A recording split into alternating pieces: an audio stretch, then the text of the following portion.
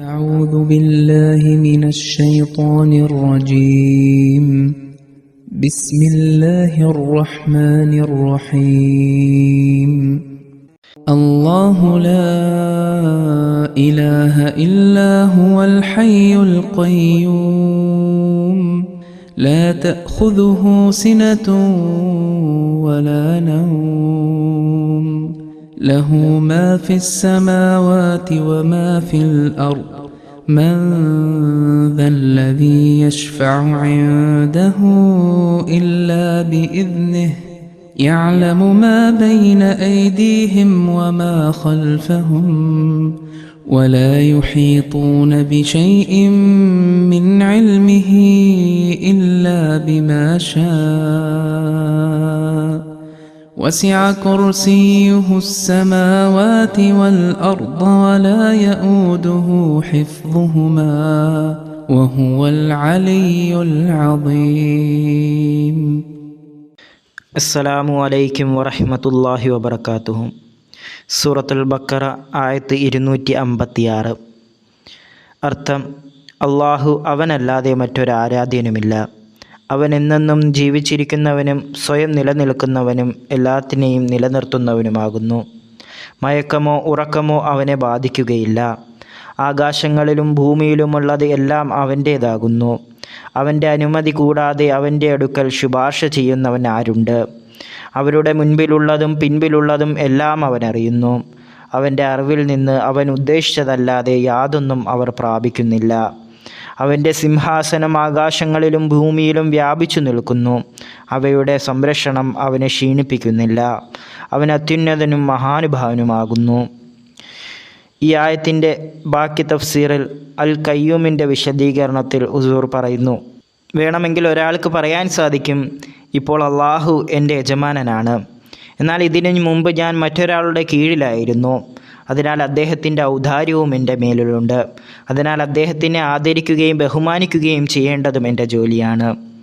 എന്നാൽ അല്ലാഹു തആല അരുൾ ചെയ്യുന്നു: ഞാൻ ഇന്ന് മാത്രം നിങ്ങളുടെ ദൈവമായവനല്ല, മറിച്ച് അനാദിയായ നിങ്ങളുടെ ദൈവമാണ്.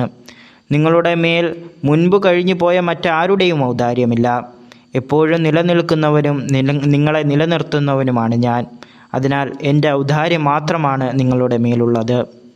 പിന്നീട് അല്ലാഹു അരുൾ ചെയ്യുന്നു: ലാ തഅഖുദുഹു സിനത്തും വലാ നൗം. അവന് മയക്കമോ ഉറക്കമോ ബാധിക്കുകയില്ല. ഒരാൾക്ക് വേണമെങ്കിൽ പറയാം, അല്ലാഹു ഏകനാണെന്നും അവനല്ലാതെ മറ്റാരുമില്ലെന്നും ഞങ്ങൾ സമ്മതിക്കുന്നുവെന്നും അവൻ എപ്പോഴും ജീവിച്ചിരിക്കുന്നവനാണ്, അവൻ തന്നെയാണ് ഞങ്ങളുടെ മുൻപത്തെയും ഇപ്പോഴത്തെയും യജമാനനും. എന്നാൽ അല്ലാഹുവിന് ഉറക്കം വരികയും അവൻ ഉറങ്ങിപ്പോവുകയും ചെയ്യുവാനുള്ള സാധ്യതയില്ലേ? ആ സമയത്ത് അവൻ്റെ സ്ഥാനത്ത് അവൻ്റെ ദർബാറിലുള്ള അവൻ്റെ സേവകർ കാര്യങ്ങൾ നിയന്ത്രിക്കില്ലേ? അതിനാൽ അവരെ പ്രീതിപ്പെടുത്തേണ്ടതും അവരെ സ്വാധീനിക്കേണ്ടതും ആവശ്യമില്ലേ? അല്ലാഹു തആല അരുൾ ചെയ്യുന്നു: നിങ്ങളുടെ അല്ലാഹുവിന് മയക്കമോ ഉറക്കമോ ബാധിക്കുകയില്ല. കൊട്ടാരത്തിലെ സേവകരെ പ്രീതിപ്പെടുത്തേണ്ടി വരുന്ന ഈ ദുനിയാവിലെ രാജാക്കന്മാരെയും ഭരണാധികാരികളെയും പോലെ നിങ്ങൾ അല്ലാഹുവിനെ കരുതരുത്. നിങ്ങളുടെ ദൈവം ഒരിക്കലും മയക്കുകയോ ഉറങ്ങുകയോ ചെയ്യുന്നവനല്ല. അവൻ എപ്പോഴും ഉണർന്നിരിക്കുന്നവനും എല്ലാ കാര്യങ്ങളും സ്വയം നിരീക്ഷിക്കുന്നവനുമാകുന്നു. ഹുസൂർ പറയുന്നു: ഇതിൽ അല്ലാഹു എത്ര സൂക്ഷ്മമായ കാര്യമാണ് വ്യക്തമാക്കുന്നത്. അല്ലാഹു പറയുന്നു: ലാ തഅഖുദുഹു സിനത്തും വലാ നൗം. അവന് മയക്കമോ ഉറക്കമോ ബാധിക്കുകയില്ല.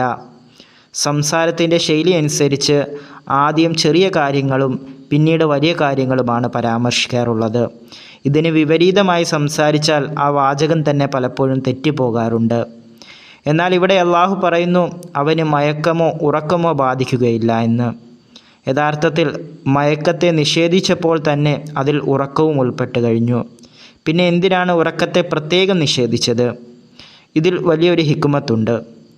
കഠിനമായ ഉറക്കം കാരണം മനുഷ്യൻ്റെ കണ്ണുകൾ തനിയെ അടഞ്ഞു പോകുന്ന അവസ്ഥയ്ക്കാണ് സിനത്ത്, മയക്കമെന്ന് പറയുന്നത്. മനുഷ്യന് കഠിനമായി ഉറക്കം വരുമ്പോഴാണ് മയക്കമുണ്ടാകുന്നത്. ഉറക്കം അധികരിക്കാതെ മയക്കമുണ്ടാവുകയില്ല. അല്ലാഹു തആല അരുൾ ചെയ്യുന്നു: അല്ലാഹുവിന് ഒരിക്കലും മയക്കം ബാധിക്കുന്നില്ല. അതായത് ജോലി ചെയ്ത് അവൻ ഒരിക്കലും തളർന്നു പോവുകയോ കൺപോളകൾ അടഞ്ഞു പോകുന്ന തരത്തിൽ ഉറക്കം അവനെ കീഴ്പ്പെടുത്തുകയോ ചെയ്യുന്നില്ല.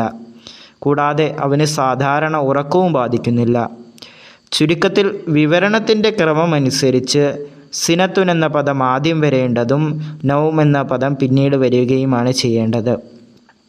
പിന്നീട് അള്ളാഹു അരുൾ ചെയ്യുന്നു, ലഹു മാഫിസ് സമാവാതി വ മാഫിൽ അർള്, ആകാശങ്ങളിലുള്ളതും ഭൂമിയിലുള്ളതും എല്ലാം അവൻ്റേതാണ്. നിങ്ങളുടെ യജമാനൻ അങ്ങനെയുള്ളവനാണ്. ആകാശങ്ങളിലും ഭൂമിയിലുമുള്ളതെല്ലാം അവൻ്റേത് മാത്രമാണ്. ഇങ്ങനെയുള്ള സാഹചര്യത്തിൽ അവന് വിപരീതമായി മറ്റൊരാളെ എങ്ങനെയാണ് നിങ്ങൾക്ക് യജമാനനാക്കാൻ സാധിക്കുക? ചില ആളുകൾ പറയാറുണ്ട്, ഞങ്ങൾ അള്ളാഹുവിനെ അല്ലാതെ മറ്റാരെയും ആരാധിക്കുന്നില്ല. എന്നാൽ മറ്റുള്ളവരുടെ പേരിൽ ഞങ്ങൾ നേർച്ച നൽകുകയും അവരോട് ആവശ്യങ്ങൾ ചോദിക്കുകയും ചെയ്യുന്നു. കാരണം അവർ അള്ളാഹുവിൻ്റെ സാമീപ്യം ലഭിച്ചവരാണ്. അവർ അള്ളാഹുവിൻ്റെ സന്നിധിയിൽ ഞങ്ങൾക്ക് വേണ്ടി ശുപാർശ ചെയ്യും, ഷിഫാഅത്ത് ചെയ്യും. അള്ളാഹു അരുൾ ചെയ്യുന്നു, മൻസല്ലദി യശ്ഫഉ ഇൻദഹു ഇല്ലാ ബിഇദ്നിഹി, അവൻ്റെ അനുവാദമില്ലാതെ അവൻ്റെ അടുക്കൽ ശുപാർശ ചെയ്യാൻ ആരാണുള്ളത്? അള്ളാഹുവിൻ്റെ കൽപ്പനയില്ലാതെ ആർക്കും ശുപാർശ ചെയ്യാൻ കഴിയില്ല. അതിനാൽ നിങ്ങളുടെ ഈ പ്രതീക്ഷയും തെറ്റാണ്. ഹുസൂർ പറയുന്നു, ഈ കാലഘട്ടത്തിൽ ഹദ്റത്ത് മസീഹ് മൗഊദ് അലൈഹി സ്വലാത്തു വസ്സലാമിനേക്കാൾ അള്ളാഹുവിനോട് അടുത്തവനായി മറ്റാരുമില്ല. എന്നാൽ ഒരിക്കൽ നവാബ് മുഹമ്മദ് അലി ഖാൻ സാഹിബിൻ്റെ മകൻ അബ്ദുറഹ്മാൻ കഠിനമായി രോഗബാധിതനായപ്പോൾ ഹദ്റത്ത് മസീഹ് മൗഊദ് അലൈഹി സ്വലാത്തു വസ്സലാം ആ കുട്ടിക്ക് വേണ്ടി പ്രാർത്ഥിച്ചു. അപ്പോൾ അദ്ദേഹത്തിന് അള്ളാഹുവിൽ നിന്ന് ഇപ്രകാരം ഇൽഹാം ഉണ്ടായി, വിധി മാറ്റാനാവാത്തതാണ്, നാശം നിശ്ചയിക്കപ്പെട്ടിരിക്കുന്നു. നവാബ് ഖാൻ സാഹിബ് എല്ലാം ഉപേക്ഷിച്ച് ഖാദിയാനിലേക്ക് വരികയാണല്ലോ. മകൻ മരണപ്പെട്ടാൽ അദ്ദേഹത്തിന് അത് വലിയ പരീക്ഷണമായി മാറുമോ എന്ന് ഹദ്റത്ത് മസീഹ് മൗഊദ് അലൈഹി സ്വലാത്തു വസ്സലാം ചിന്തിച്ചു. അതിനാൽ അള്ളാഹുവിൻ്റെ സന്നിധിയിൽ അദ്ദേഹം അപേക്ഷിച്ചു, അള്ളാഹുവേ, ഈ കുട്ടിയുടെ ആരോഗ്യത്തിന് വേണ്ടി ഞാൻ ശുപാർശ ചെയ്യുന്നു. അപ്പോൾ വളരെ ശക്തമായ ശബ്ദത്തിൽ ഇൽഹാമുണ്ടായി, മൻസല്ലദി യശ്ഫഉ ഇൻദഹു ഇല്ലാ ബിഇദ്നിഹി, അവൻ്റെ അനുവാദമില്ലാതെ ശുപാർശ ചെയ്യാൻ നീ ആരാണ്? നോക്കുക, ഹദ്റത്ത് മസീഹ് മൗഊദ് അലൈഹി സ്വലാത്തു വസ്സലാം എത്ര വലിയ മനുഷ്യനായിരുന്നു. 1300 വർഷമായി ലോകം അദ്ദേഹത്തിനായി കാത്തിരിക്കുകയായിരുന്നു.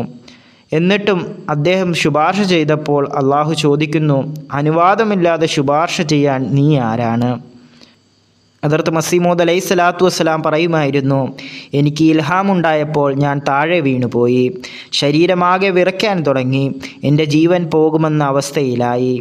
എന്നാൽ ഈ അവസ്ഥ ഉണ്ടായപ്പോൾ അള്ളാഹു അരുൾ ചെയ്തു, ഇന്നക അൻതൽ മജാസ്, തീർച്ചയായും നിനക്ക് അനുവാദം നൽകപ്പെട്ടിരിക്കുന്നു. ഇപ്പോൾ നിനക്ക് ശുപാർശയ്ക്ക് അനുവാദം നൽകുന്നു. അങ്ങനെ അദ്ദേഹം ശുപാർശ ചെയ്യുകയും അബ്ദുറഹ്മാൻ സുഖം പ്രാപിക്കുകയും ചെയ്തു. ചുരുക്കത്തിൽ ഹദ്റത്ത് മസീഹ് മൗഊദ് അലൈഹി സ്വലാത്തു വസ്സലാമിനെ പോലുള്ള ഒരു മനുഷ്യനോട് പോലും അള്ളാഹു അനുവാദമില്ലാതെ ശുപാർശ ചെയ്യാൻ നീ ആരാണ് എന്ന് ചോദിക്കുന്നുവെങ്കിൽ മറ്റുള്ളവർക്ക് ശുപാർശ ചെയ്യാൻ എന്താണ് യോഗ്യത ഉണ്ടാകുക? ഹദീസുകളിൽ നിന്ന് വ്യക്തമാകുന്നത്, ഖിയാമത്ത് നാളിൽ റസൂലുള്ളാഹി സ്വല്ലല്ലാഹു അലൈഹി വസല്ലം തങ്ങൾക്ക് അനുവാദം ലഭിക്കുമ്പോൾ മാത്രമേ അവിടുന്ന് ശുപാർശ ചെയ്യുകയുള്ളൂ എന്നാണ്.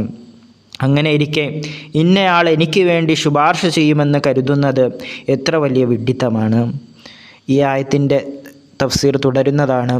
വാഹിർ ദവാന അൽഹംദുലില്ലാഹി റബ്ബിൽ ആലമീൻ.